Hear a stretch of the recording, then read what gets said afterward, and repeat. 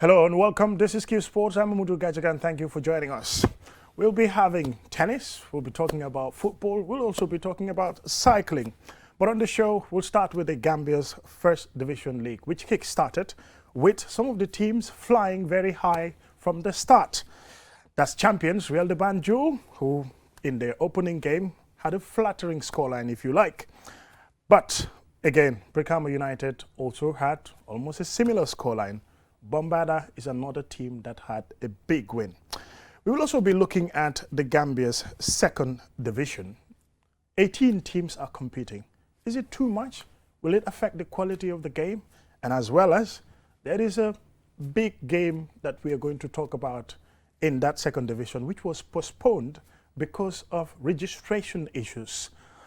Are some of the teams kind of guilty when they had their trainings already when it comes to the start of the season in the registration of players? Because the Gambia Football Federation, or globally, teams are going digital when it comes to registration with the FIFA portal, where you go and register all the details of the players before even the start of the season.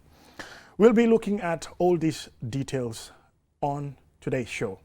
Joining me in the studio is Seh Tijan Gay, journalist. Seh, you've been following Gambian football. The league has kick-started. Real de Banjul, fantastic win. Brikama United, Bombada.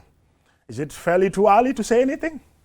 Yes, thank you very much, Gajaga. It's good to be back to your platform.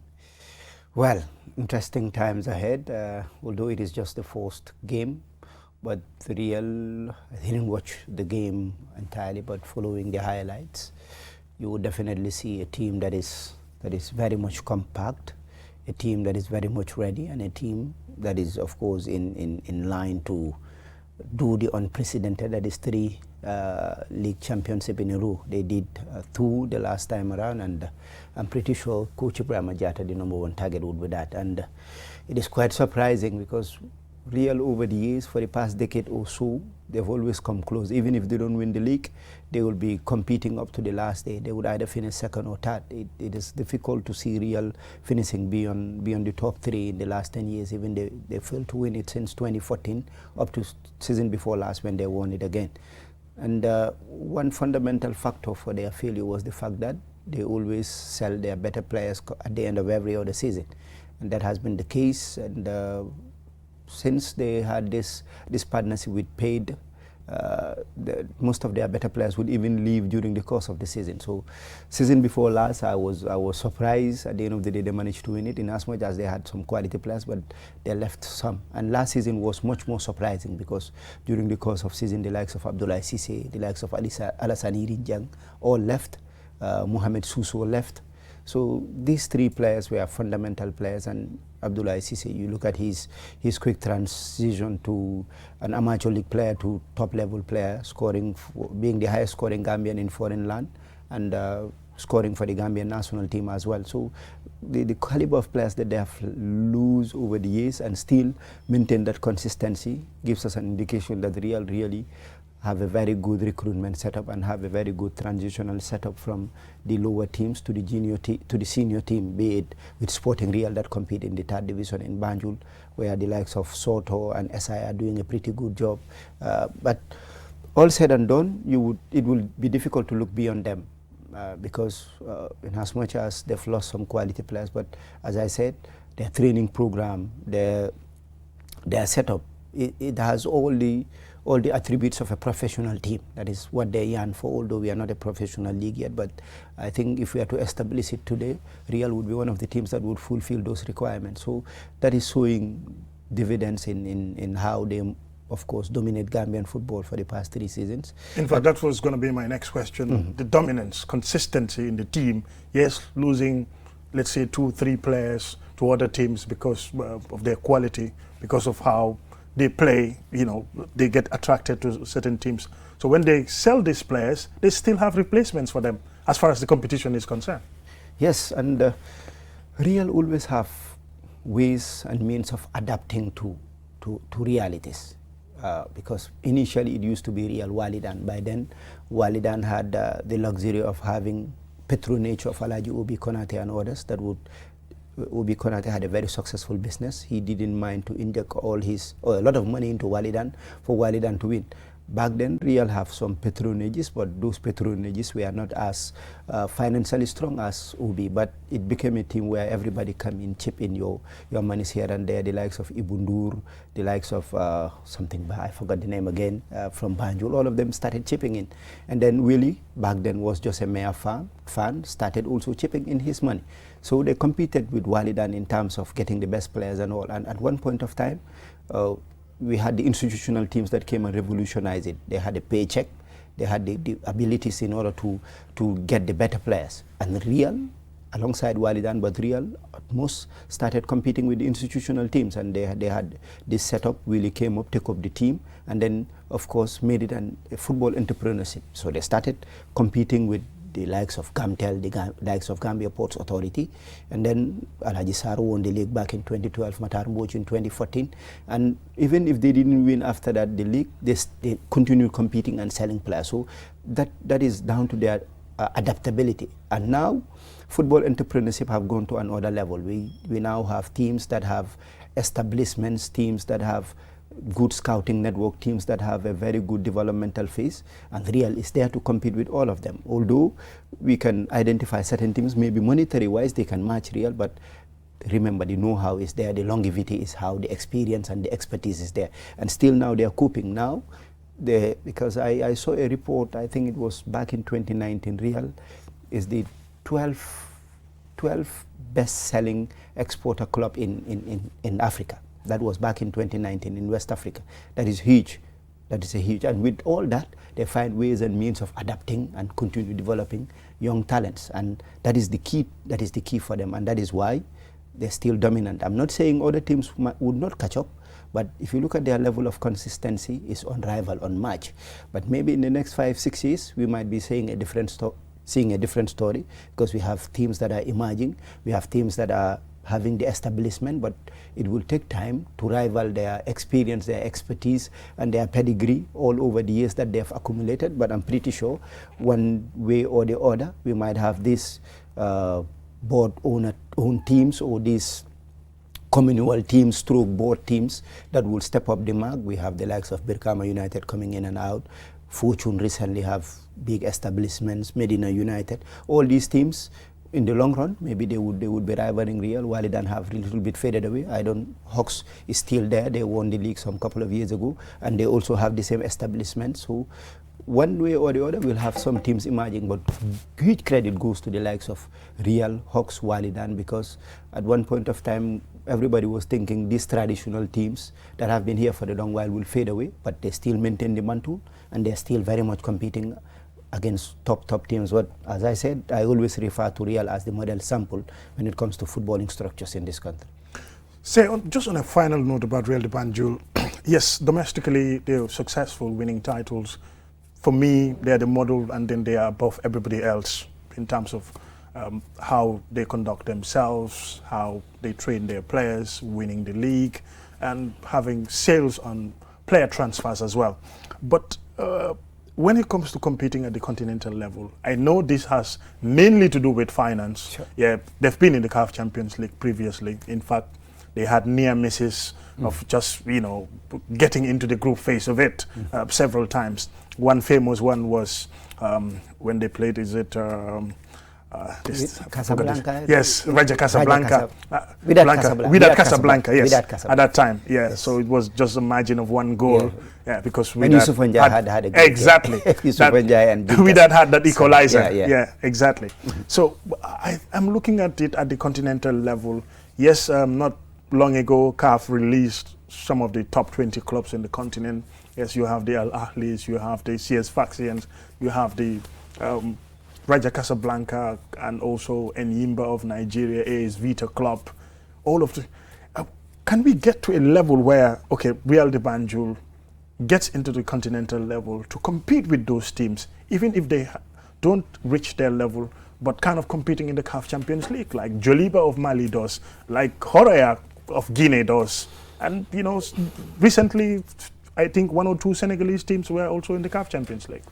Yes, if you look at sub-Saharan Africa, most of the teams competing in the CAF Champions League or Confederation Cup, there are two important factors. One was the prestige. The fact that we have a Gambian team or we have a Senegalese team or a Guinean team playing in the Champions League is prestigious. You can boast amongst your mates that we've done this and that. That was one of it. The second one was for you to be able to market your players. Those were the two most important factors. But when it comes to monetary gains, back then it wasn't there. But recently, CAF, of course, have had a huge financial support to all the teams, particularly teams that reach the group stage. I think the budget would reach up to $1 million. If I'm very right with my findings on that. So, at one point of time, most of these teams, when they qualify for Champions League or Confederation Cup, you will have the patronage that would come chip in here and there for the team to participate, but in terms of financial returns, they will never get anything out of it. I can remember Walidan at one point of time reached a level where they could have even go to the quarterfinals, but back then financially they could not afford it, so they had to back down. And times went by when, of course, particularly Maghrebian countries that have built up footballing structures, professional league, entrepreneurship, whereby clubs can self-sustain themselves, but that has never been the case in sub-Saharan Africa until recently, when you had, of course, the likes of some Senegalese club that have taken to other level. We have Joliba of Mali because of the structures they have, and then we have the Guinean team Horea. Apart from these teams, and FC Nouadhibou of Mauritania. Nouadhibou recently, yeah. And that has something to do with long-term investment and clear, detailed plan. But here, the focus has always been develop 1 or 2, 3 players, market them, the team get few thousands of dollars, put it in their pockets, and then continue developing. The long-term strategic plan has never been, why not we establish a self-sustaining club? And you don't blame the clubs for that, because maybe they do not have the finances. Yeah. Maybe there is no political will on the side of government to help them in the areas that they needed help. So now it has reached to a level whereby you can compensate not playing CAF, Champions League and Confederation Cup, and then of course selling your players, because if you have good scouting network, your players do not have to be seen playing in the CAF Champions League for them to be sold. Remember, Yusuf Njai had that great game for Raja Casablanca against Wydad Casablanca. That's the time that he left. Because the club saw him and saw a very good prospect. He left. There are some couple of players that had that opportunity. When Sifax came here, they saw this Raymond. Raymond was with the junior club of Real de Banjo. And they saw him play, they wanted him, they got him. But now Real can sell players without even playing in the Champions League. So with that, Real would have to look at, I'm not saying this is the official version, but if they look at it and say, if we should invest thousands of dollars to go and play CAF Champions League football, do we stand any chance of making it to the group stage? Yeah, exactly. Our chances of making it to the group stage is minimal. And a single match, you would spend nothing less than $2 million. $2 million. Yeah, dollars. So air tickets and hotels. Let me continue my normal expenditure, and I have the chance to sell my players. So now what we need to look for as a country, get all the necessary infrastructures. Remember, Hawks, when they won the league, they wanted to play Champions League, but the ground was not being able. Back then, the Independence Stadium still now could not host matches. They negotiated with Horea, even for Horea to host both matches in Guinea. Horea said no. They were not able. That wasn't official, but I understand that was the case. So all these factors put together, lack of infrastructure, lack of proper football entrepreneurship at a holistic level, these are the things that are stopping our clubs. Because honestly speaking, we cannot compete with the likes of Tengage FC, for example. We cannot compete with Jambar. These are generation foot. Properly set up clubs. You cannot compete with them, talk less of the Maghrebian clubs that have been dominating African football. And recently, we've seen East African teams. If you look at Tanzania, if you look at Azam, you look at Young Africans, you look at, that has an impact on their teams qualifying to the African Cup of Nations, because they've set up proper structured leagues. And only Football Federation and few individuals cannot do that, because we are talking about Africa.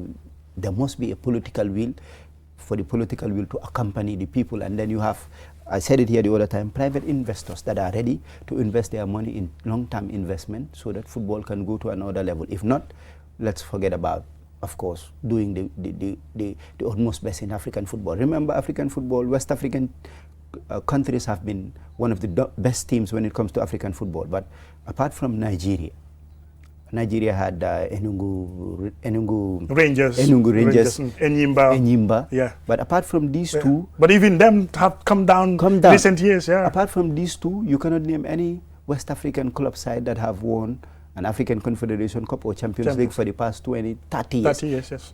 True. Why? Because the plan has been always market our players to foreign leagues. Maybe. And we produce the best players. Now you go to Europe, you look at the best players, majority of them came from West Africa. The likes of Adingra, the likes of Baleba, Yankuba Minte, all came from West Africa. But the target has not been create best clubs, footballing clubs, to compete at the highest level. Most of our better players move at a very young age to Europe. So with that cannot be the case. We cannot compete with other top teams in African competition.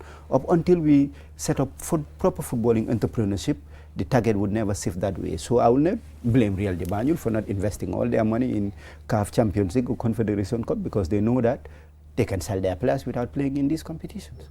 Absolutely. Another team that we can also look at is Brikama United, brink of relegation last season. They have to escape through to avoid relegation. First game had this flattering scoreline, won by 4-0. Is that a statement of intent, but also is it fairly too early to say anything about them? Yeah, Brikama, I'm not from Brikama, but I love this club. I love their mentality, never die mentality. And their recent success, a lot of it has to do with the availability of a good playing surface. Because being young, watching football, I got the privilege of watching the likes of Saraba. They back then had very good players, but did not have the proper structures. They would lose to the likes of Wadi and 5-6-0. But when that artificial turf was installed in Brikama, Brikama United started developing very, very good players. And then it was no coincidence that some few years later, back in 2011, they won the league and then established themselves as a big footballing entity in this country. And then Saul Kuyate took up the team, of course, developed a very, very good footballing culture. Then Moulamin Nyasi came, continued that trend, won the league back in 2018. Yeah, 2019. 2019, won the league 2019. And Moulamin Nyasi started having troubles here and there and left. And then, of course, Brikama, their performance is slipped. And that has, of course, got to do with other competing teams. Yeah, especially Real de Banjul. Yes. Take all their good players from them. There's greater tomorrow as well. Absolutely, greater tomorrow, There's sure. Bombada as well. Yeah. And look at the number of teams that are in West Coast region, third division league, that are from Brikama. So Brikama no longer have that monopoly of getting all the top players. Top players. There are other competing teams.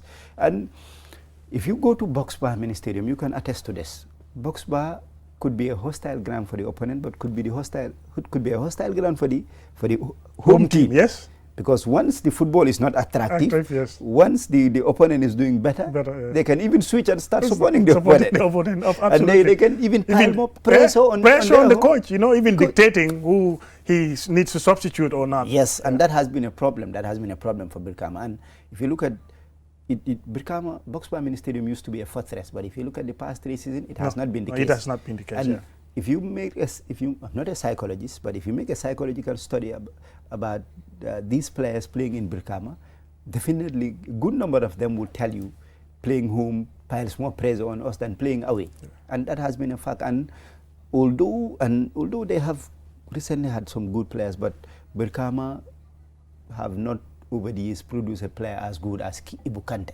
yes. Has reached the heights of Bully Drama. Bully Drama, yes.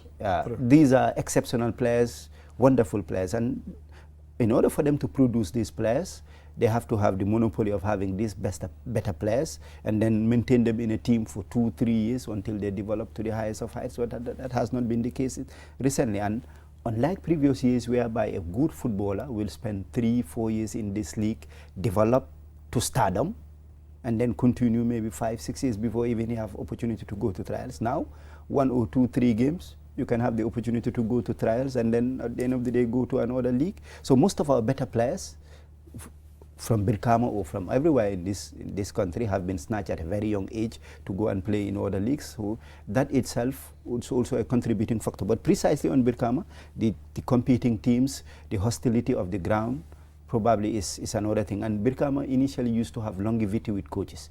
Esa, before Esa, after Esa there was the late Suleiman Kuyate. After Suleiman Kuyate there was Chali. So from 2011 up until Charlie left in 2022, 3 coaches only. Coaches, yeah, only, yeah. But after that, look at, after Charlie left, they have 2 or 3 coaches yeah, exactly. along the way. So that stability is no longer there. So these are all factors that might be contributing factor. But if Birkama, if they are stable, if they have a very good team behind it in terms of funding, in terms of motivation, they will always compete in, because that's the mentality they have. I think, in fact, their biggest challenge is finance. So the reason why they are not unable to keep their players, they had to sell them. If bigger teams and teams with the financial muscle come calling, they will always. Yeah, they will always do. Another team that we can talk about, or let's say now, let's talk about the second division. The game between RS Telinding United and Serekunda United postponed because of registration issues. So this is something that we should be passing this stage now. If we say we've gone digital, we want to professionalize things. Yes, fine, on the pitch we don't have the infrastructure, but these are things like basic things. Why did we find ourselves into this kind of situations? I mean the teams, of course. Yeah.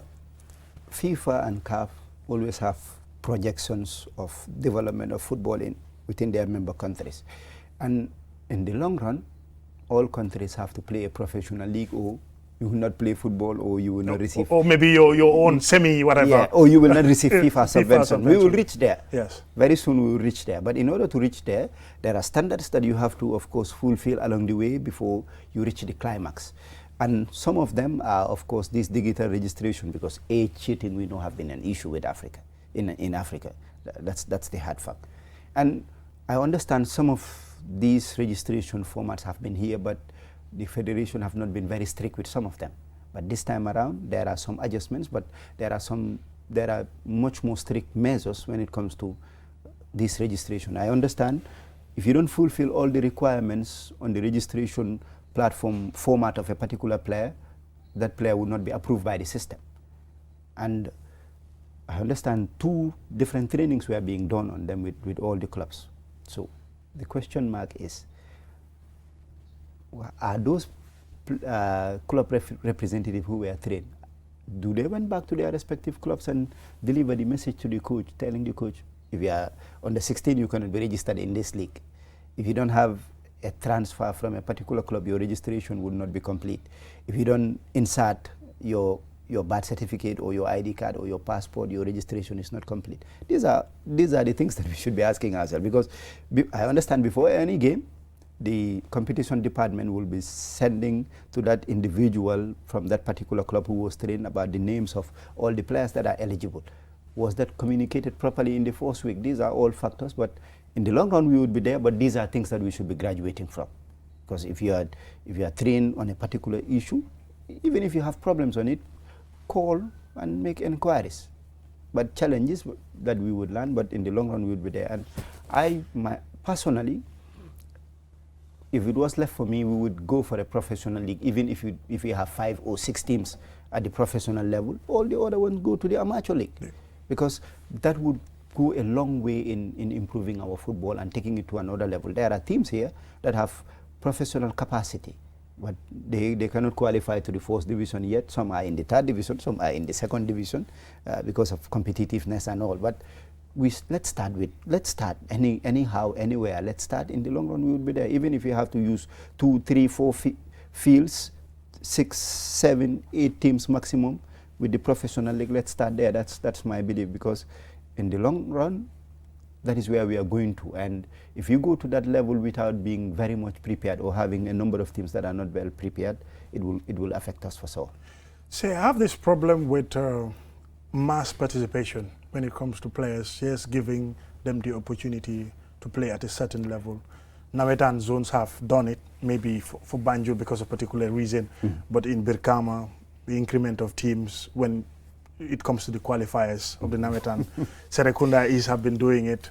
for most of the committees, for me, I blame them. It's money. Making, yeah. Yeah, money-making machine money. for them. Yeah. Yes, I always complain about it. The number of team registered. I think Brikama, this past Nametan season is around 76 or 80 something teams which came. They ended up taking, say, I don't know, 72 or so, whatever. But Serekunda is almost a similar thing as well. Yeah, Serekunda is. I have a problem. I went to the Brikama Nametan. Yes, I watched the qualifiers. These so-called coin teams, or people just coming together because they can pay teams. They can pay registration fee. Yeah. The football is awful. You would just want to go to sleep if you're watching those kind of games. So for me, there are just too many teams. Yes, you want to give people opportunity, but there should be categories. The Nametan I used to watch in 1999, the Nametan that I used to watch in 2004, now when I go, I don't recognize that Nametan anymore. True.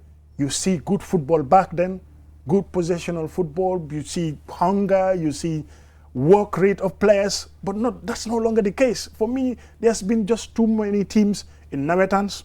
Okay, I'll also talk about the second division. The 18 teams, I have a big problem with it. Yes, in as much as you want to give players the opportunity to play, showcase their talent, but I think the level of Gambia, where our level of football is, 18 second division teams, that is just too much. Yeah, personally, I adhere to a lot of things that you're saying.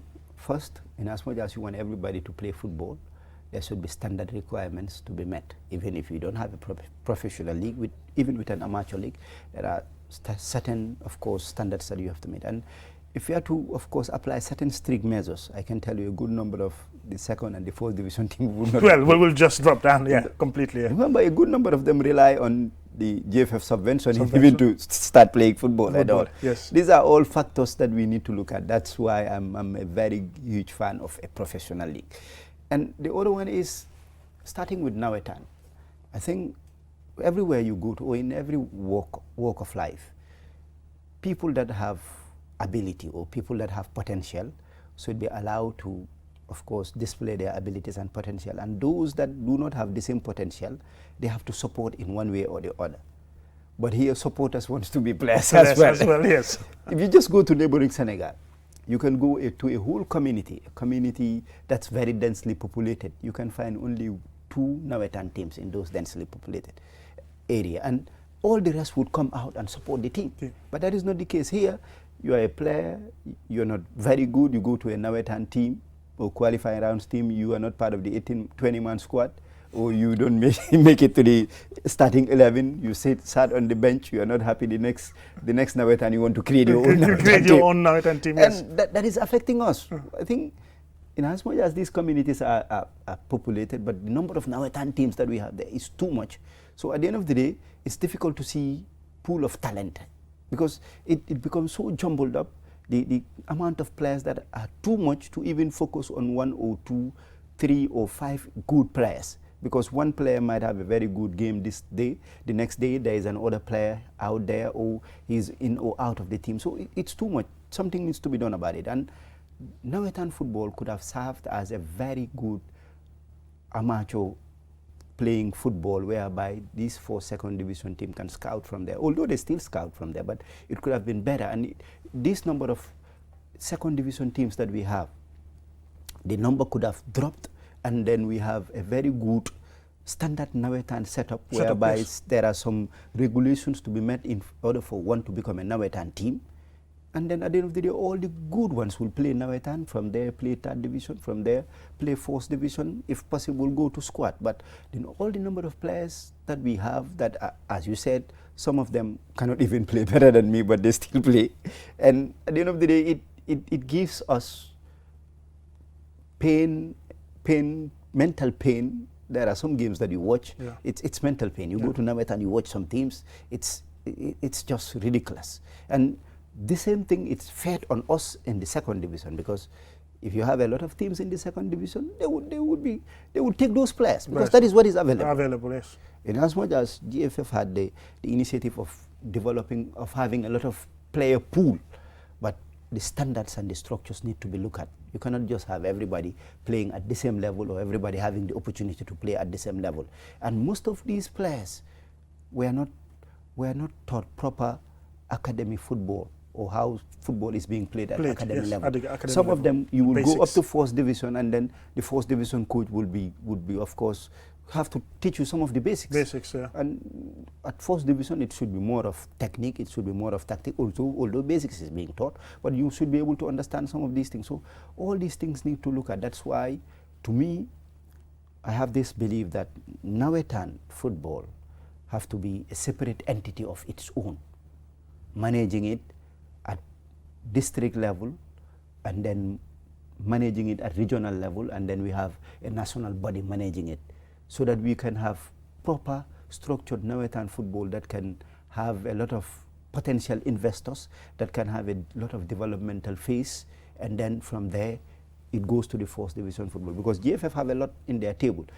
If you want GFF to manage our league and then at some point of time sub-manage Nawetan, it becomes a problem. And I think Nawetan zones have to look at themselves and start creating a national Nawetan body. Nawetan body, yes. Create a regional body. It can even go side by side with divisional football. Divisional football, but sure. that is not the case. Imagine if Nawetan was going side by side with divisional football. Some of these players who have not reached the level of divisional will concentrate on Nawetan until they're good enough to play regional, to play divisional football. But these are structures that we need to look at and develop it in a different phase. I will always take Senegal as classic example.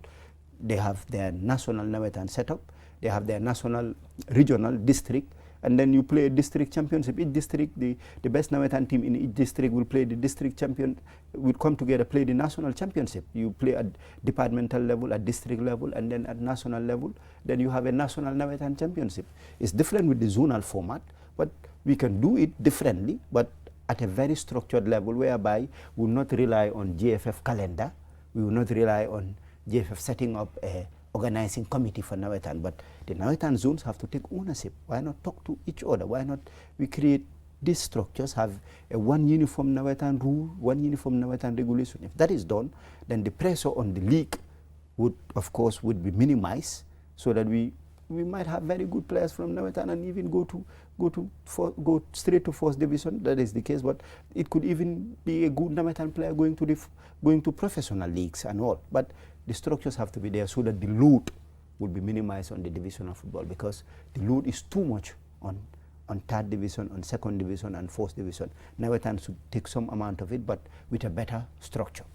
Yes, talking about those structures, in fact, you have huge teams, and at the same time, you don't have the grounds to be able to play all these matches. Imagine 18 second division teams. You talk about the first division, and then you talk about the women's league as well. Women's also have first and second division. Where are the grounds available to play all these matches? The few that are available are going to be overused. That's the hard fact. So there would be no even durability. If you, for instance, the artificial pitch in Brikama supposed to last for 10 years. If it is being overused, maybe duration will be 5 years or around 7 years. Every other day there's a gameplay. Absolutely. Gameplay. Sometimes several games. Several games. Yeah. Exhibition matches. Yes. Paid matches as well. Yeah. That's the hard fact. In fact, footballing infrastructures has been a problem in the Gambia ever since. But now the increase in population, the love for football, and everybody wants to play football in one way or the other, whether even if it is not Nawetan, even if it is divisional, everybody wants to play football, and everybody wants to play it at a very good artificial turf. So the demand has become high. And then, when was the last time that we had a new pitch in the Gambia? I think the last one we had was before the Nyamina one, the Gunjur one. Yes. Before that, it was Soma. Soma, yes.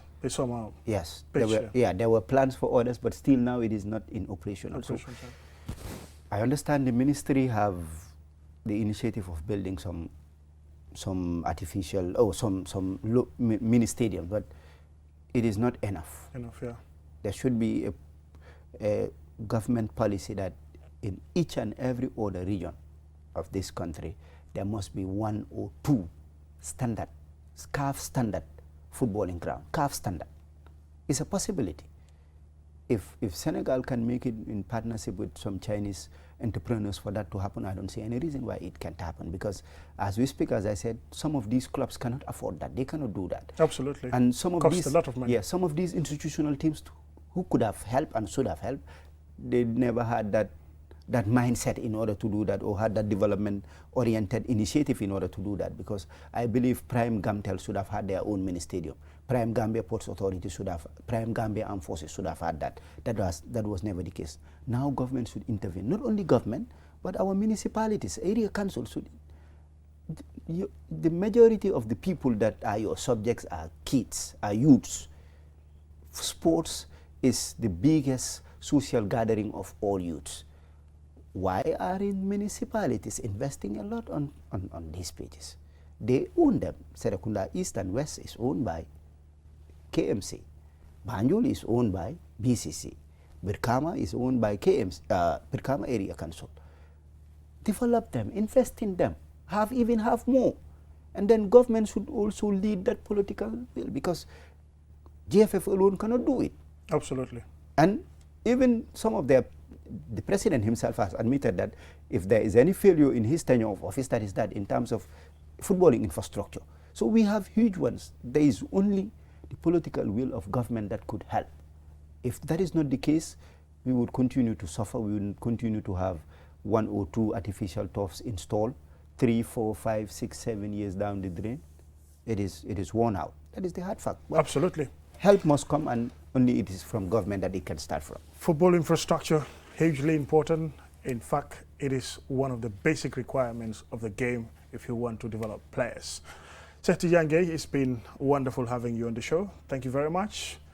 And we will go on a commercial break. When we return, we'll still have to talk about kids tennis and also cycling. We'll also be looking at some Gambian young footballers who played the under-15 international competition in Germany.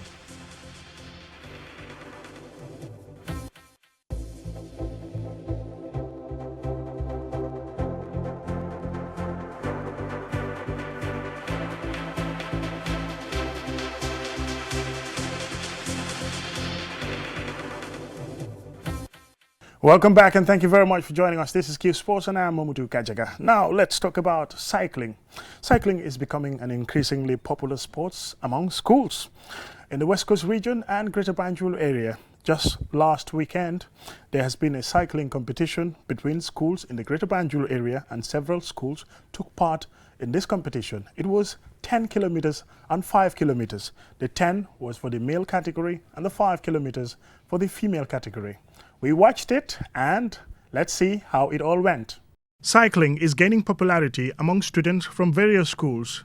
2 weeks ago, students from West Coast region participated in a cycling race in Sifo. On Sunday, students from the Greater Banjul area had their turn, competing in a 10-kilometer race for males and a 5-kilometer race for females. The race began at Westfield, passing through Joswang, the traffic lights, Tabokoto, and then returning to Westfield. Lamin Fati, a student from Canifing East Upper and Senior Secondary School, claimed victory in the men's 10-kilometer category after a fiercely competitive race. From the C4 competition, I prepare for it, but on our way going, I have an issue of muscle pull. Then I complete the race, but it has become very difficult for me to take over, and I'm very ready for it. But this second chance also, I prepare for it. Before coming, I prepare myself, and I'm ready for it. That's why I propagate what I want to achieve. The female students' 5-kilometer race was also highly competitive, with participants showcasing great determination. Their race started at Westfield Youth Monument, proceeded to Tabokoto via Talinding on the Brikama Highway, and returned to Westfield. Salimatu Conte emerged victorious, taking first place. I feel happy and comfortable. The race is nice. Cycling is an activity already familiar to many students, as they cycle to and from school daily. However, cycling as a competitive sport is relatively new to many in the Gambia. Suleiman Jame, the National Assembly member for Bundung, praised the event, calling it a great initiative. Basically, this event is meant to showcase the talent of the young people of the Gambia. And because of that, this is something that we felt we should come and embrace, because cycling is something that we've been, following during our younger days when we were very young, but it's like it's going down. But I'm happy that today I've seen my own brothers who are definitely passionate about, supporting these young people to become cyclists. And one thing about this is one way of trying to at least give you a good health, because it's an exercise. So, and equally also is part of our sporting discipline. And now to tennis. An exciting tennis tournament reaches an exciting climax with the finals of the doubles and the singles competition played at the Independence Stadium tennis court on Sunday. I was there, and here are the details. BK West United, a prominent grassroots football club in the Gambia, took part in an under-15 competition in Germany, where is a competition which produces some of the top players around the world. In this competition, the likes of Jamal Musiala, who plays for Bayern Munich, Joshua Kimmich, Granit Xhaka, Xavi Simons, and Ansu Fati, who plays for Barcelona, are all from this competition. Let's watch the video highlights. Under a relaxed and encouraging atmosphere, young under-13 tennis players prepared for their finals at the Independence Stadium tennis court on Sunday evening, with excited parents cheering them on. The day began with the customary pre-match rituals, including handshakes between the players and the umpire. In the doubles finals, the pair of Fatoumata Ba and Mario Gomez faced off against Seydina Omar Sow and Mamadou Ba in an intense and competitive match. The early stages were closely contested, with both teams evenly matched. However, in the second set, Mamadou Ba and Seydina Omar Sow showcased exceptional skill and performance to claim the victory. Seydina Omar Sow shared his joy and excitement after the win. It feels very exciting. It's my first day to win finals. Okay. I'm very happy. You're very happy. Yes. And who are you going to dedicate this victory to? Maybe your mother, your sister, or somebody? My mother. Your mother. Yes. Okay. How do you feel playing tennis? Very nice.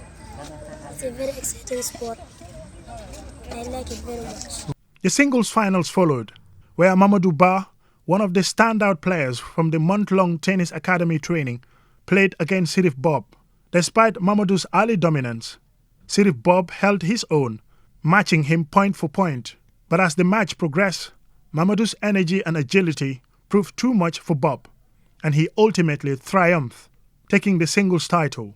Daniel Abel Thomas, the founder and organizer of the competition, emphasized the importance of early development in tennis and how such events help cultivate future talents.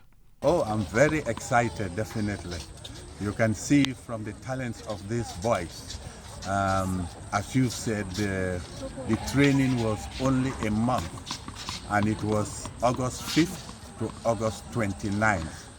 And within that time, we only played for 4 weeks, and each week had 4 days.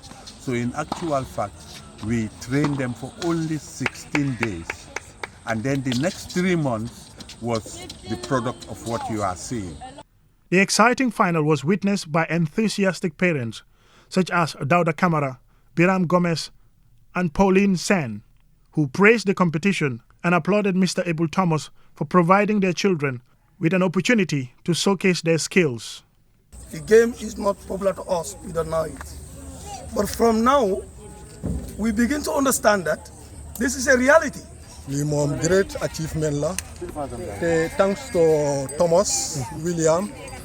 Mi nga xamne mom mo recruit sun doomi motivate len. We just want to say a very big thank you. BK West United, a prominent grassroots football club in the Gambia, took part in an under-15 competition in Germany, where is a competition which produces some of the top players around the world. In this competition, the likes of Jamal Musiala, who plays for Bayern Munich, Joshua Kimmich, Granit Xhaka, Xavi Simons, and Ansu Fati, who plays for Barcelona, are all from this competition. Let's watch the video highlights.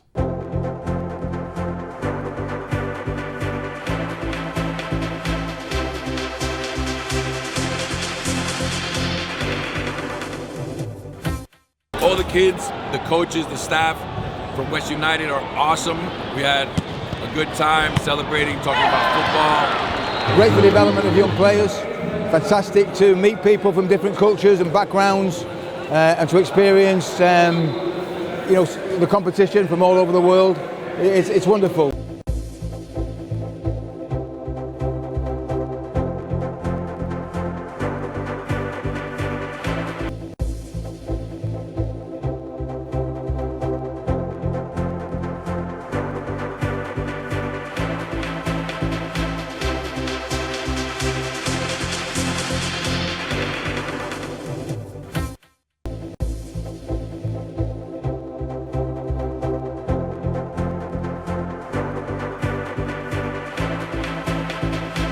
Against teams like Barcelona, teams like Stuttgart, and then we're looking forward to do this more, showcase the exceptional football talent from the Gambia. Well, that's it for Qsports for this week. Thank you very much for watching. Join us next week at the same time and have a pleasant afternoon. Bye.